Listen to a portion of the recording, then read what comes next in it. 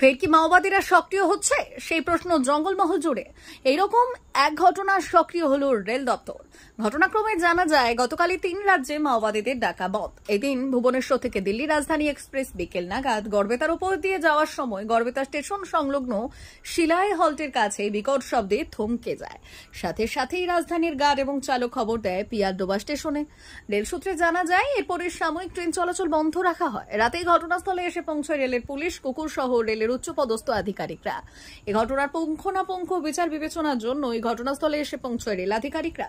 ঘটনাস্থলে লাইন থেকে সাদা সাদা পাউডার জাতীয় দ্রব্য উদ্ধার করে তারা। এরপর সোমবার সকালেও ফের ঘটনাস্থলে আসেন রেলের আধিকারিকরা।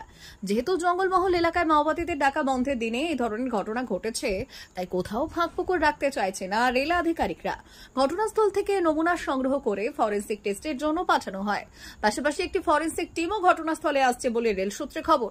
যাতে কোথাও কোনো ধরনের দুর্ঘটনা না ঘটে তাই তৎপর রয়েছে রেল পুলিশ।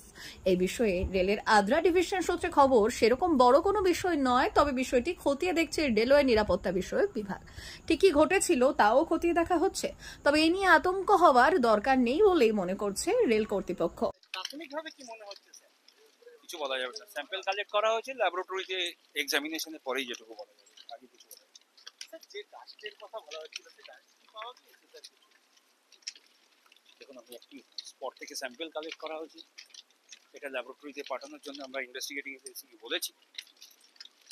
ল্যাবরেটরি এক্সামিনেশনের পরেই বলা যাবে কতদিনের মধ্যে রিপোর্ট আসতে পারে, সেটা পাঠানোর উপর ডিপেন্ড করছে, এক্সামিনেশনের উপর ডিপেন্ড করছে। Thank you sir.